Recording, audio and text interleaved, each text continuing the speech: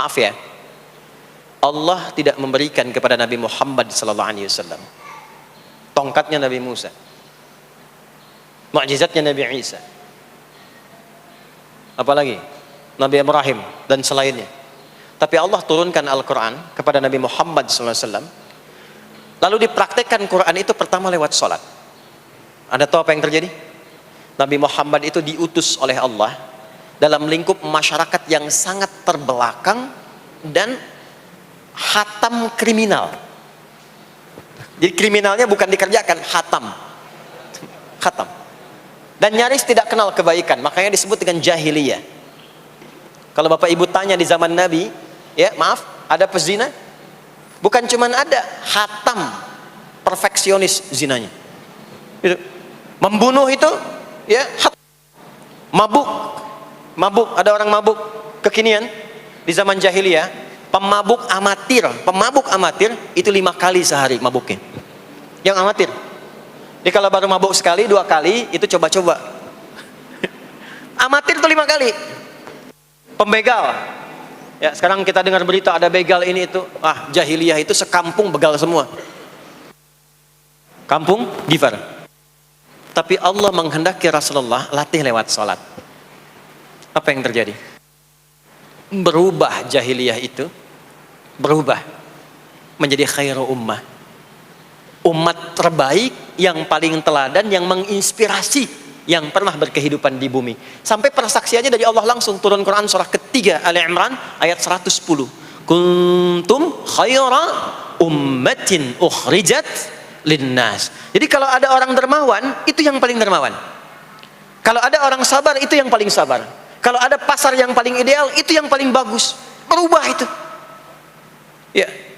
Kenal Abu Dzar Al-Ghifari? Oh yo, kenal. Enggak. Abu Dzar Al-Ghifari itu nama aslinya Jundub bin Junadah. Di antara pemimpin begal di zamannya. Dari kota Ghifar. Ghifar itu kampung begal asalnya. Ya, hamukumullah. Masuk Islam. Datang ke Mekah. Bertemu dengan Rasulullah. Begitu masuk Islam, kata Jundub bin Junadah, ya Rasulullah, ausini au kama qala, berikan saya nasihat. Kata Nabi, pulang sekarang. Kata beliau, enggak, saya mau umumkan keislaman saya depan Ka'bah. Kata Nabi, jangan lakukan. Sekarang orang masih belum tahu tentang Islam, nanti marah kamu dipukuli. Kata beliau, ya Rasulullah, saya ini membegal terang-terangan, masa bersyahadat sembunyi-sembunyi? Maka keluar ke depan Ka'bah, dia katakan, ya ma'asyara Quraisyin, hei semua orang Quraisy. Datang orang, ushidu bi annahu la ilaha illallah wa anna Muhammad Rasulullah. Aku bersaksi, syahadat la ilaha illallah Muhammad Rasulullah. Kalian mau apa? Dipukulin sampai pingsan. Sampai ketika akan diteruskan, ada riwayat mengatakan datang Sayyidina Ali bin Abi Thalib, ada yang mengatakan Sayyidina Hamzah, ya, bin Abdul Muttalib radhiyallahu ta'ala anhuma jami'an. Datang menyampaikan, jangan teruskan. Kalau ini meninggal, ini wafat, kita akan celaka karena kafilah kita akan lewat desa Ghifar. Kalau lewat Ghifar gak akan berhasil niaga kita, katanya. Ya, karena akan dihabisi semua ini orang Ghifar. Maka dibiarkan pergi, pulang. Tahu apa yang terjadi? Begitu Nabi hijrah ke Madinah, dikagetkan dengan suara kaki yang berdecak kencang, bang bung bang bung bang bung. Ternyata ada berita gembira, sekampung begal Ghifar itu masuk Islam semuanya, berubah jadi baik. Untuk menginspirasi generasi kemudian, maka dipopulerkanlah oleh beliau kunyahnya dengan nama daerahnya. Sayalah Abu Dzar Al-Ghifari. Al-Ghifari itu maksudnya apa? Dulu saya ini berasal dari Ghifar, kampung saya kampung begal. Cuma karena saya masuk Islam, diajarin sholat, diajarin baik, sekampung baik semua. Ya. Makanya orang-orang Arab setelah itu, bahkan non-Arab, kalau datang memperkenalkan daerahnya. Imam Al-Bukhari, itu nama aslinya bukan Al-Bukhari. Nama aslinya Muhammad. Punya bapak namanya Ismail, punya kakek namanya Ibrahim, kakek buyutnya Al-Bughirah, yang buyutnya Al-Bardizbah. Tinggal di kecamatan Ju'fah, Kabupaten Bukhara, Provinsi Khorasan, sekarang negaranya Uzbekistan. Karena berasal dari Bukhara, datanglah beliau kemudian ke Arab, sekarang ke Jazirah, ke Mekah, ke Madinah, memperkenalkan, saya bukan orang Arab, saya dari Bukhara.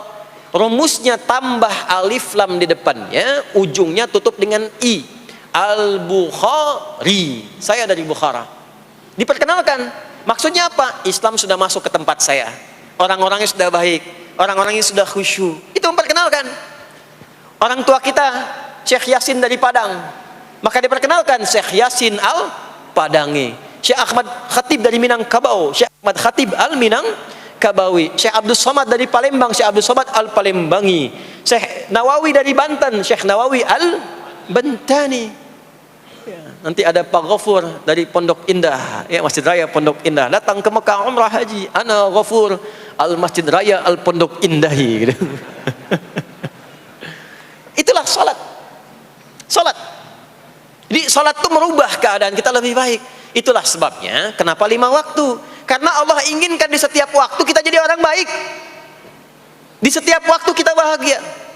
Setiap waktu selesai persoalan. Datang masalah subuh, ya antara subuh ke zuhur kan ada masalah tuh. Gak mungkin ada orang dari subuh ke zuhur gak punya masalah tuh, gak mungkin. Tuh wajahnya udah kelihatan tuh. Ya, makanya kita datang ya menghadap kepada Allah, minta diselesaikan, minta diberikan taufik, sujud kita. Diberikanlah solusi. Zuhur ke asar ada masalah, datang saat asar. Asar ke maghrib punya masalah, datang. Makanya semua ulama dulu seperti itu. Al-Bukhari itu menuliskan kitab sahihnya itu 16 tahun. Setiap satu hadis akan ditulis, salat dulu. Salat dulu. Begitu tenang, nyaman, baru tuliskan. 16 tahun. Itulah salat.